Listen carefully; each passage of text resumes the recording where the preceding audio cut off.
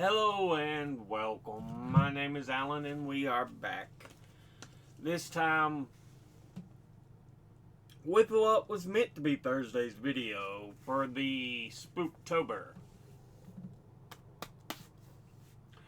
We're going to be reading some H.P. Lovecraft. And in this particular episode, we're going to read a short piece called Memory and then a little longer called Old Bugs. But with that said, let's jump into this. Memory. The date of writing of this prose poem is unknown, but it is probably dates to shortly before the appearance in the United Cooperative in June of 1919. Like Polaris, it may have also been inspired by Poe's prose poems, especially the conversation of Eros and Charmian, which similarly tells of the destruction of all earth life. Poe's poem The Valley of Unrest refers to the Valley Nis, a detail Lovecraft apparently picked up. In the Valley of Nis, the accursed waning moon shines thinly, tearing a path for its light with feeble horns through the lethal foliage of a great upas tree. And within the depths of the valley, where the light reaches not, move forms not meet to be beheld. Rank is the herbage of each slope, where evil vines and creeping plants crawl amidst the stones of ruined palaces, twining slightly about broken columns and strange monoliths, and heaving up marble pavements laid by forgotten lands. And in the trees that grow gigantic in crumbling courtyards leap little apes, while in and out of deep treasure vaults writhe poisoned serpents and scaly things without a name. Vast are the stones which sleep beneath coverlets of dank moss, and the mighty were the walls from which they fell. For all time did their builders erect them, and in sooth they yet serve nobly, for beneath them the grey toad makes his habitation. At the very bottom of the valley lies the river Fan, whose waters were slimy and filled with weeds. From hidden springs it rises, and to subterranean grottos it flows, so that the daemon of the valley knows not why its waters are red, nor whither they are bound. The genie that haunts the moonbeams spake to the demon of the valley, saying, I am old, and forget much. Tell me the deeds, and aspect and name of them who build these things of stone. And the daemon replied, I am Memory, and am wise in lore of the past, but I, too, am old. These beings were like the waters of the river, Fan, not to be understood. Their deeds I recall not, for they were apes in the trees. Their deeds I recall not, for they were but of the moment. Their aspect I recall dimly, for it was like to that of the little apes in the trees. Their name I recall clearly, for it rhymed with that of the river. These beings of yesterday were called man. So the genie flew back to the thin horned moon, and the demon looked intently at the little ape in the tree that grew in a crumbling courtyard. But that ends that short poem. Let's go on to Old Bugs here, which an extemporaneous sob story by Marcus Lollius, proconsul of Gaul.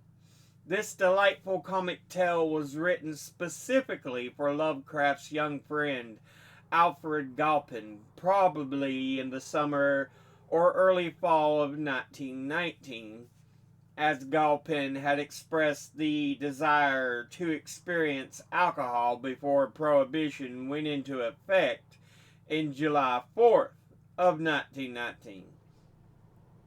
Several character names are taken from Galpin's acquaintances, including Eleanor Wing, a schoolmate of the Appleton, Wisconsin High School.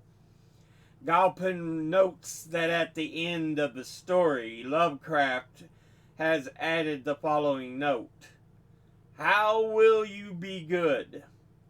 It was first published in The Shuttered Room and Other Pieces in 1959. Sheehan's Pool Room, which adorns one of the lesser alleys in the heart of Chicago's Stockyard District, is not a nice place. Its airs, freighted with 1,000 odors, such as Coleridge may have found at Cologne, too seldom knows the purifying rays of the sun, but fights for space with the acrid fumes of unnumbered cheap cigars and cigarettes which dangle from the coarse lips of unnumbered human animals that haunt the place day and night. But the popularity of Sheehan's remains unimpaired, and for this there is a reason. A reason obvious to anyone who will take the trouble to analyze the mixed stenches prevailing there.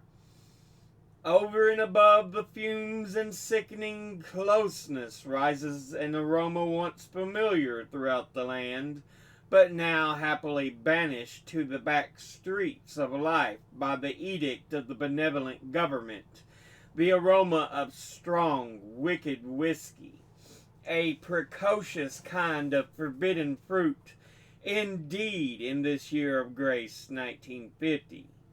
Sheehan's is the acknowledged center to Chicago's subterranean traffic in liquor and narcotics, and as such has a certain dignity which stands even to the unkempt attaches of the place. But there was, until lately, one who lay outside the pale of that dignity, one who shared the squalor and filth, but not the importance of Sheehan's. He was called Old Bugs, and was the most disreputable object in the disreputable environment. What he had once been, many tried to guess, for his language and mode of utterance, when intoxicated to a certain degree, were such to excite wonderment. But what he was presented less difficulty. For Old Bugs, in superlative degree, epitomized the pathetic species known as the bum, or the down and outer. Whence he had come, no one could tell. One night he had burst wildly into Sheehan's, foaming at the mouth and screaming for whiskey and hashish, and having been supplied in exchange for a promise to perform odd jobs, had hung about ever since, mopping floors, cleaning cuspidors and glasses, and attending to and hundred similar menial duties in exchange for the drink and drugs which were necessary to keep him alive and sane. He talked but little, and usually in the common jargon of the underworld, but occasionally, when inflamed by the unusually generous dose of crude whiskey, would burst forth into strings of incomprehensible polysyllables and snatches of sonorous prose and verse which led certain habitues to conjecture that he had seen better days. One steady patron, a bank defaulter under cover, came to converse with him quite regularly, and from the tone of his discourse ventured the opinion that he had been a writer or professor in his day.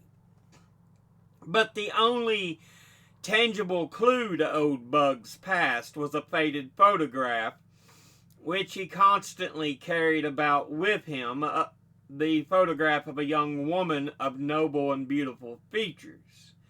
This would sometimes draw from his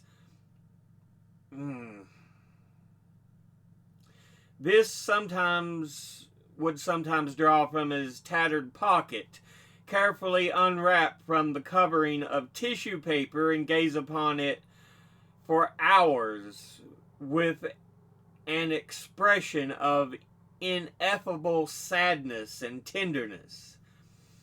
It was not the portrait of one whom an underworld denizen would be likely to know, but a lady of breeding and quality, garbed in the quaint attire of 30 years before. Old Bugs himself seemed to belong to the past, for his nondescript clothing bore every hallmark of antiquity. He was a man of immense height, probably more than 6 feet, though his stooping shoulders sometimes belied this fact. His hair, a dirty white and falling out in patches, was never combed, and over his lean face grew a mangy stubble of coarse beard, which seemed always to remain at the bristling stage, never shaven, yet never long enough to form a respectable set of whiskers. His features had been noble once, but were now seamed with the ghastly effects of terrible dissipation. At one time, probably in middle life, he had evidently been grossly fat, but now he was horribly lean, the purple flesh hanging in loose pouches under his bleary eyes and upon his cheeks. Altogether, Old Bugs was not pleasing to look upon. The disposition of Old Bugs was as odd as his aspect. Ordinarily, he was true to the derelict type, ready to do anything for a nickel or a dose of whiskey or hashish, but at rare intervals he shewed the traits which earned him his name.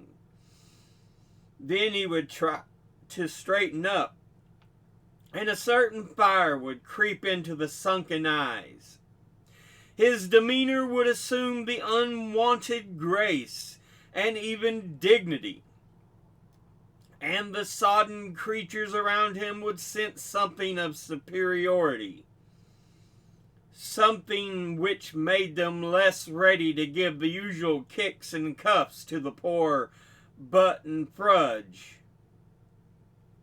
At these times he would shew a sardonic humor and make remarks which the folk of she-hands deemed foolish and irrational. But the spells would soon pass, and once more Old Bugs would resume his eternal floor scrubbing and cuspidor cleaning. But for one thing, Old Bugs would have been an idle slave to the establishment, and that one thing was his conduct when young men were introduced for their first soft drink, or introduced for their first drink. The old man would then rise from the floor in anger and excitement, muttering threats and warnings and seeking to dissuade the novices from embarking upon the course of seeing life as it is.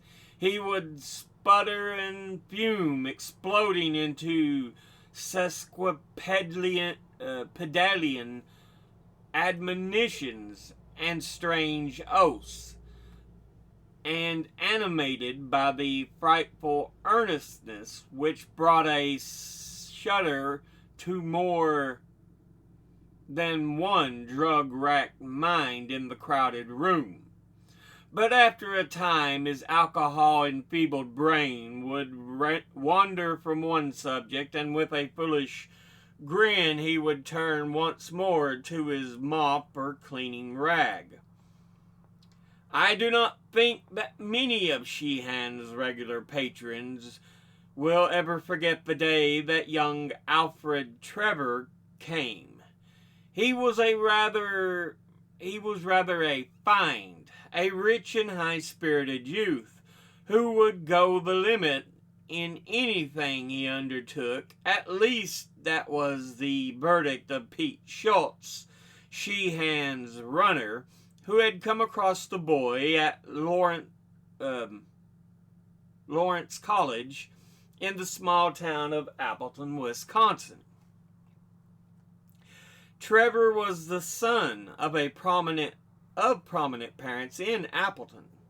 His father, Carl Trevor, was an attorney and citizen of distinction, while his mother had made an enviable reputation as a poetess under her maiden name of Eleanor Wing. Alfred was himself a scholar and poet of distinction, although cursed with a certain childish irresponsibility which made him an ideal prey for Sheehan's runner. He was blond, handsome, and spoiled, vivacious, and eager to taste the several forms of dissipation about which he had read and heard. At Lawrence he had been prominent in the mock fraternity of Tappa Tappa Keg, where he was the wildest and merriest of the wild and merry young roysters, but his immature collegiate frivolity did not satisfy him. He grew deeper vices through books, and now longed to know them firsthand. Perhaps this tendency toward wildness had been stimulated somewhat by the repression to which he had been subjected at home, for Miss Trevor had particular reason for training her only child with rigid severity. She had in her own youth been deeply and permanently impressed in the horror of dissipation by the case of one with whom she had a time been engaged.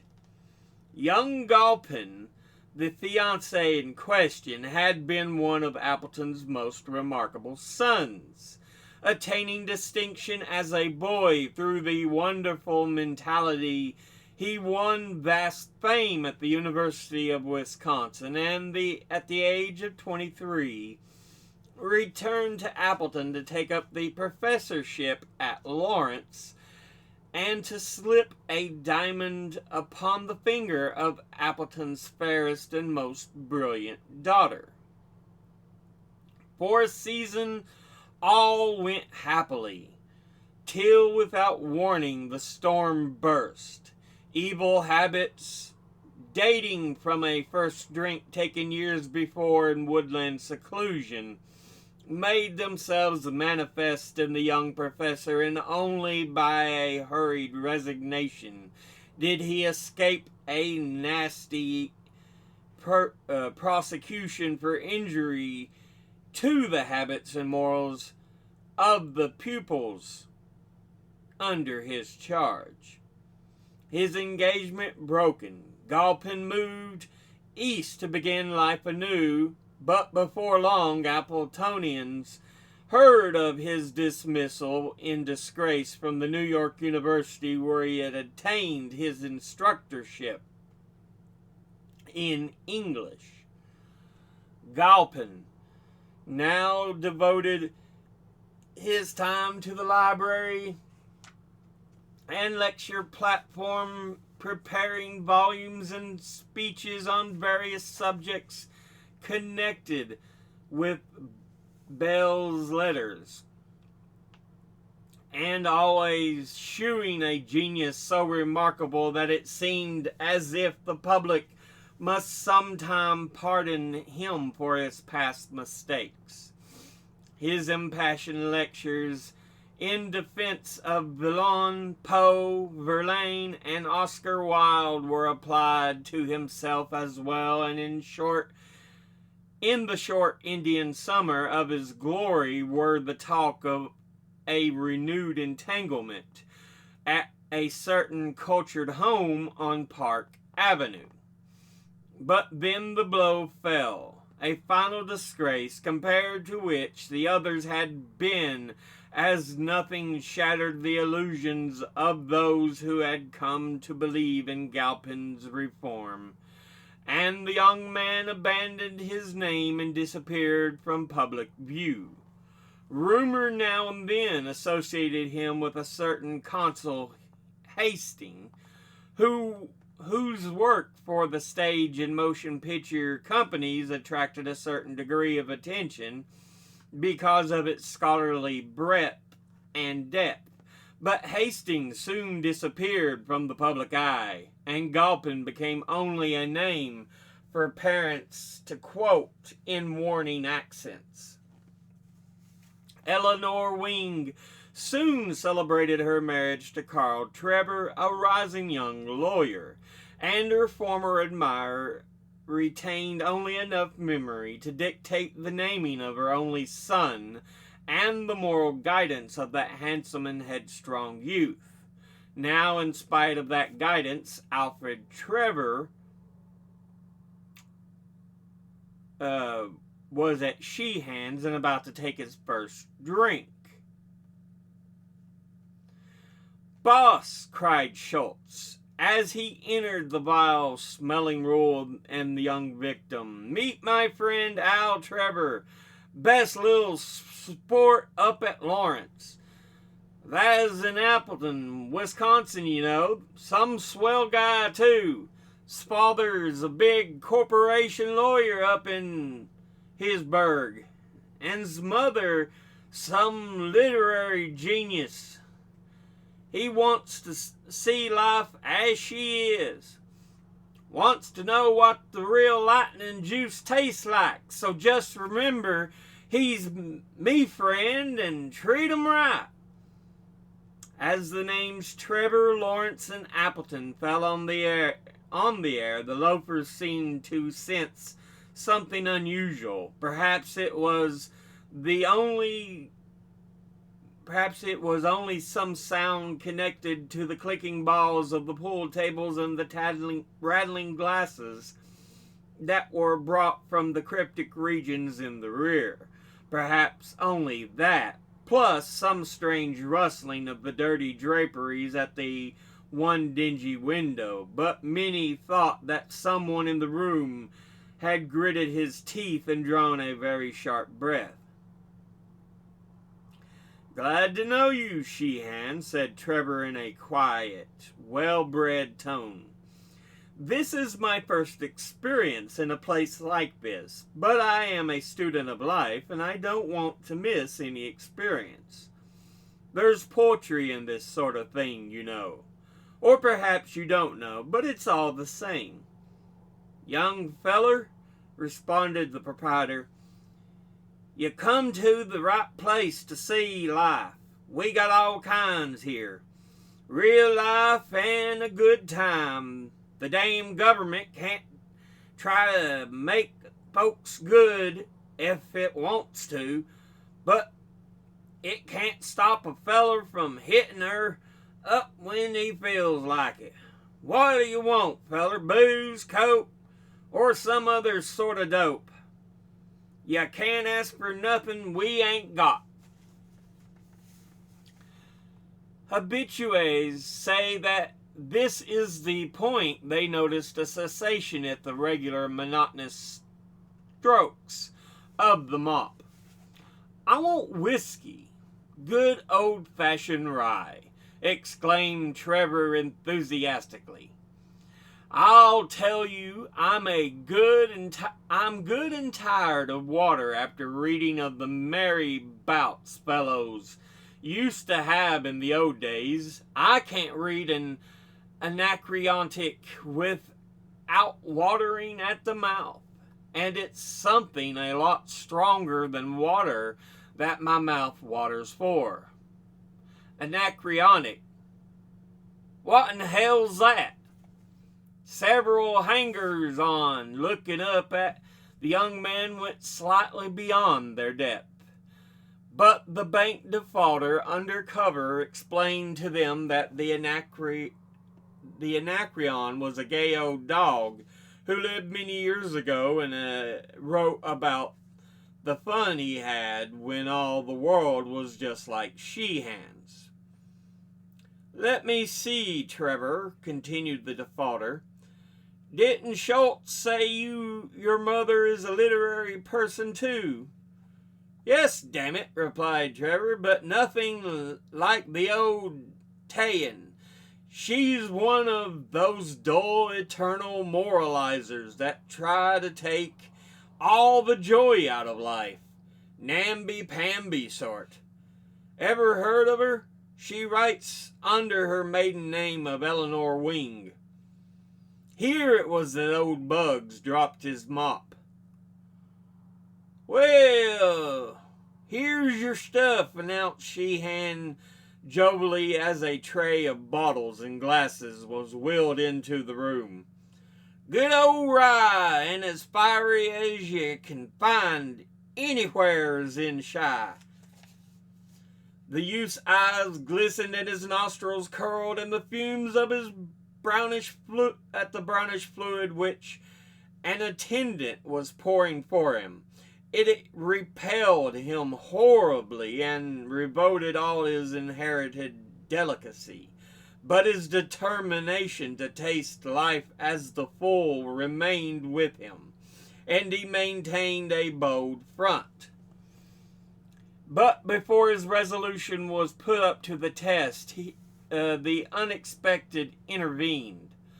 Old Bugs, bringing up from the crouching position in which he had hitherto been, leaped at the youth and dashed from his hands the uplifted glass, almost simultaneously attacking the tray of bottles and glasses with his mop, and scattering the contents upon the floor in a confusion of odoriferous fluid and broken bottles and tumblers.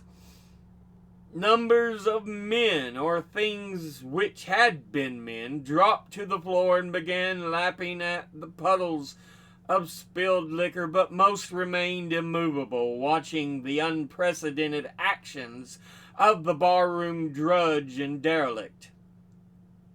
Old Bugs straightened up before the astonished Trevor, and in a mild and cultivated voice said, Do not do this thing. I was like you once, and I did it. Now I am like this. What do you mean, you damned fool? Shouted Trevor. What do you mean by interfering with a gentleman in his pleasures? Sheehan, now recovering from his astonishment, advanced and laid a heavy hand on the old waif's shoulder. This is the last time for you, old bird, he exclaimed furiously. When a gentleman wants to take a drink here, by God he shall, without you interfering. Now get the hell out of here before I kick you the hell out of here. But Sheehan had reckoned without scientific knowledge the abnormal psychology and effects of nervous stimulus.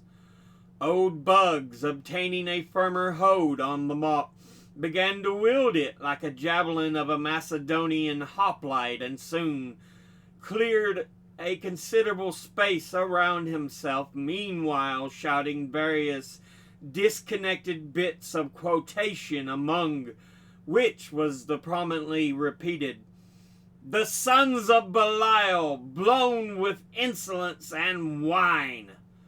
The room became pandemonium, and the men screamed and howled in fright at the sinister being they had aroused. Trevor seemed dazed in all the confusion, and shrank to the wall as the strife thickened. "He shall not drink! He shall not drink!"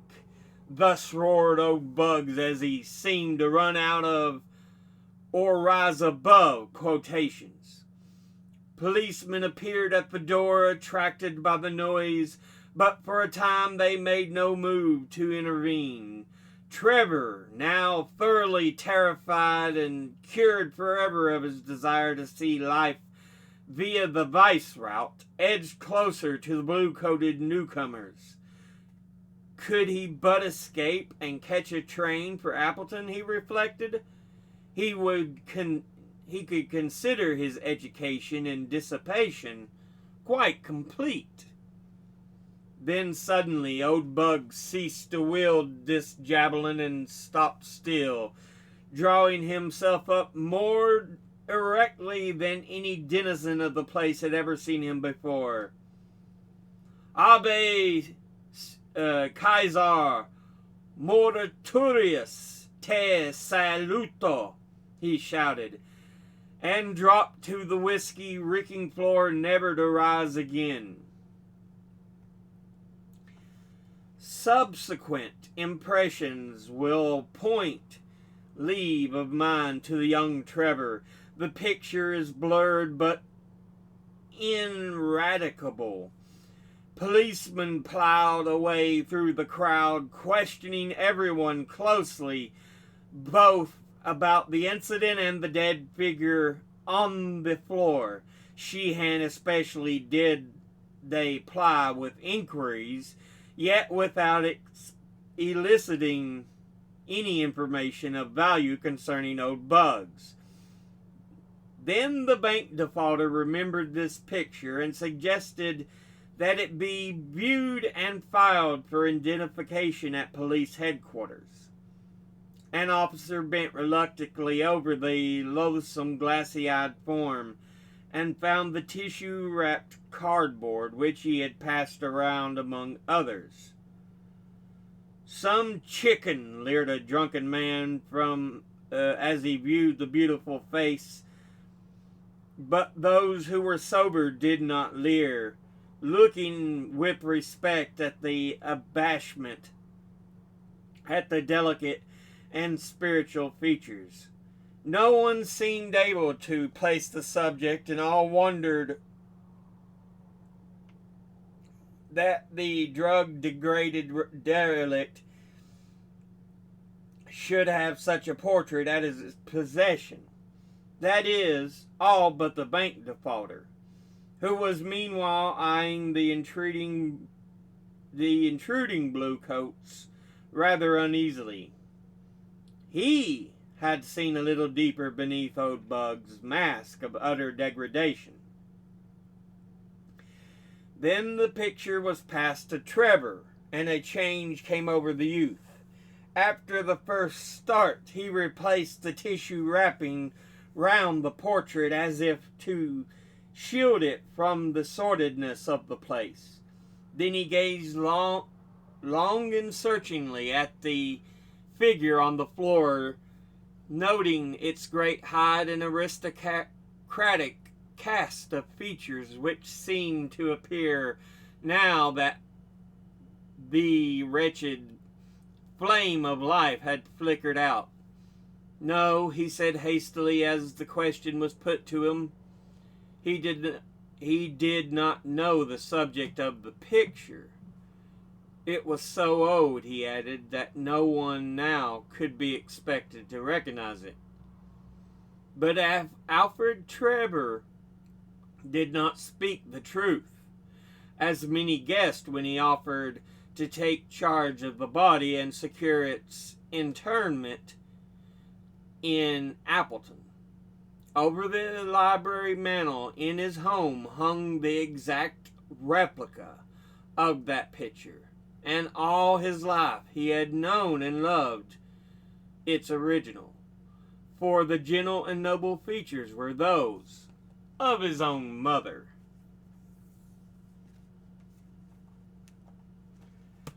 Fairly predictable story there, short story, but still good nonetheless. The young man finding out, oh, this guy knew my mother, apparently.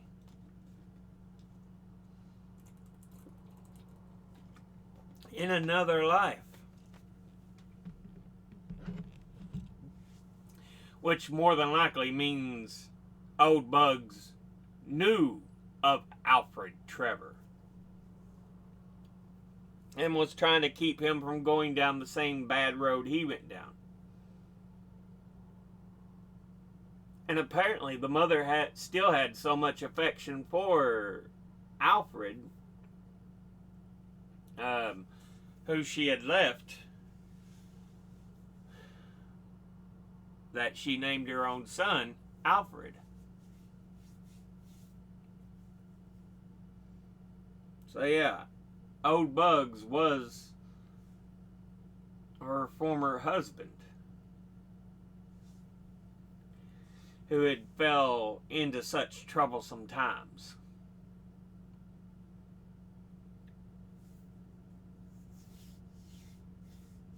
It's a pretty good little short story. And like we said in the beginning, we were talking about Lovecraft wrote it for a young friend of his who wanted to try alcohol before Prohibition took effect. And I think more or less he was trying to tell him, yeah, you don't want to partake of it. Of course, before that was the short poem Memory. Great short poem. It talked about almost cosmic entities of memory, which they called a daemon or demon. It had the old spelling daemon, D-A-E-M-O-N. And then he was speaking with a genie, which, if you know anything of Islam, genies are the same thing as jinn, which in Islam is, alongside angels and mankind, a species that God created. Or in this case, Allah, which is still God. They're all of the Abrahamic faith.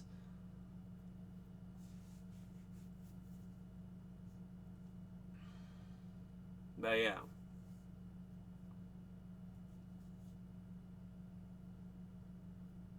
But yeah, conversation after mankind has since perished from the planet.